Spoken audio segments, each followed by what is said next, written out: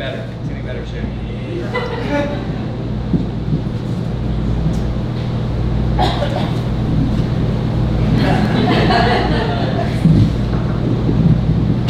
I'm a senior in high school in Chicago, and I've been writing graffiti for 4 years.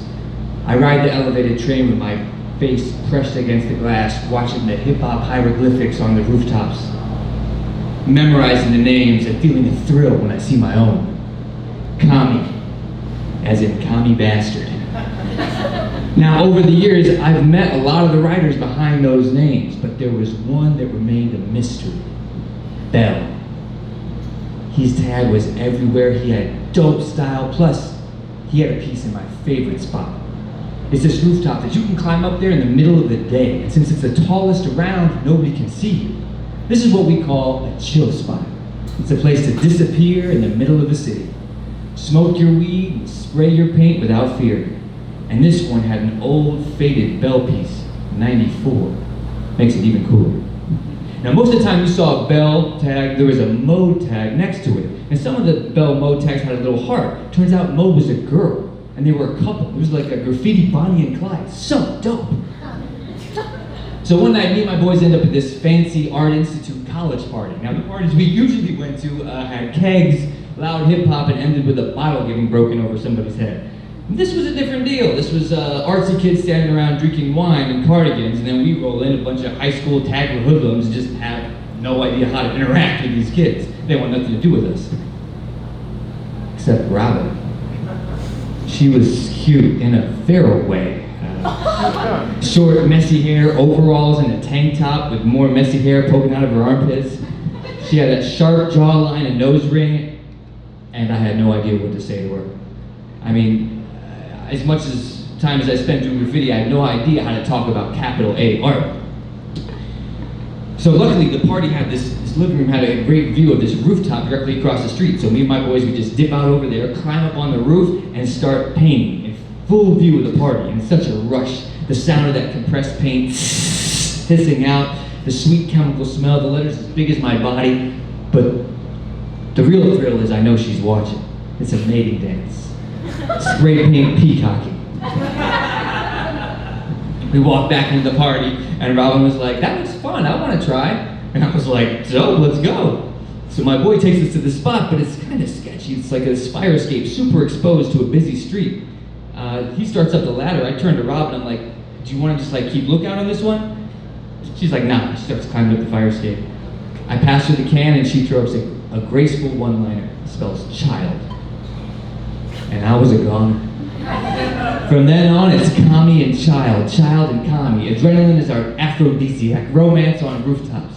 One night we run through the subway tunnels, and when we hear a train coming, we duck into an alcove and make out when the train is like inches away. She's just a year older, but shit, what a year. I mean, she has her own place. So after a night of painting, we head back there. No sneaking around mom and dad. We just have sex on her mattress on the floor without washing the paint off our hands. Afterwards, we smoke Winston Lights, and she puts on a CD. And the most beautiful, haunting jazz trumpet fills the room. I'm like, "Who is this?" She's like, "It's Miles Davis." She was the second person I ever had sex with. She dressed like a homeless skateboarder, but she had great posture. She would invent weird rules for herself and stick to them with utter discipline. This week, I'm only painting with the color blue and only eating things that are yellow. She was a grown-ass woman with the playfulness of a child. Child and commie, commie and child. I loved seeing our names next to each other. After all, I was following the footsteps of my idol, Bell and Mode. But one night, cops roll up on us while we're on a rooftop with no way to escape. And the cops pull Hurdy down and they're like, "Oh, Tony, look what we got, a chick." "So is this your idea of a date, Picasso? You spray your paint then you fuck?" "Yeah." So after that, she stopped coming out bombing, but I'd still go to her house. Instead of it being me and her on her mattress on the floor, it's more of a group hang. Actually, her apartment became kind of a salon for graffiti writers. On any given day, there'd be a dozen dudes there smoking weed and passing around flicks of their latest accomplishments.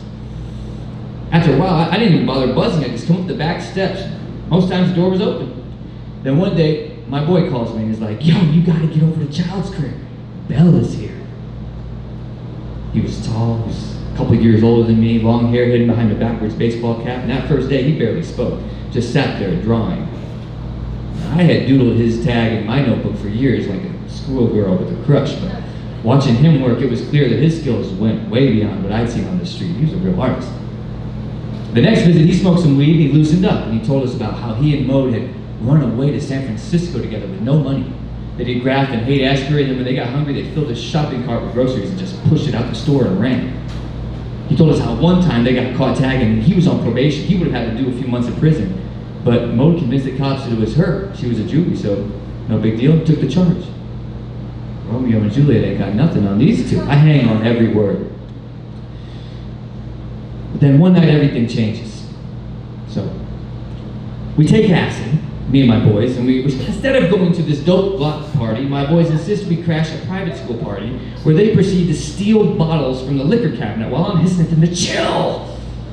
We almost get our asses kicked by a hockey team. I'm like, why do you have to be so fucking shady? Then you take all that adrenaline and rage and squeeze it into a small car driving through Friday night traffic, and Blake the Snake is driving and he's on acid too. Finally, we get to the loft party, it's packed, thick smoke and puffy coats and Pharaoh Monch blasting Simon Says, get the fuck up! I can't handle it. At that moment, I don't want macho hip-hop, I want Miles Davis. I'm sick of these so-called friends and this whole scene. I gotta go see my girl. We drifted a little bit since we stopped bombing together, but I know Child is gonna understand my fragile mental state. She'll give me tea and Winston Lights, and we'll talk and we'll draw. Maybe I'll draw on her. We'll get back on track. Now this was pre-cell phone, okay? And I don't bother to stop at a payphone. A friend drops me off in the alley behind her house, the way we all come and go. I hop the wooden fence, climb up the back porch steps. Back door's unlocked as usual. I'm a step inside. Hello? No answer. There's a lamp on the living room, but otherwise it's dark. I open the door to her bedroom and see two naked bodies, her and Belle. Bella and Mode, Kami and Child. Bella and Child? I'm on acid. I realize I'm not actually her boyfriend. Actually, I'm a fucking intruder in her house. What the fuck am I doing? And my bride just left. I grab the cordless phone off the wall, step out on the porch, and page my boy with 2 911s. And he doesn't come. I stagger to the train. It's 1 a.m. What does this mean? I mean, who is Child to me now? Who is Belle? I mean, you know, even mundane thoughts on acid can be a lot, but this shock was too much to process. I just wanted to disappear.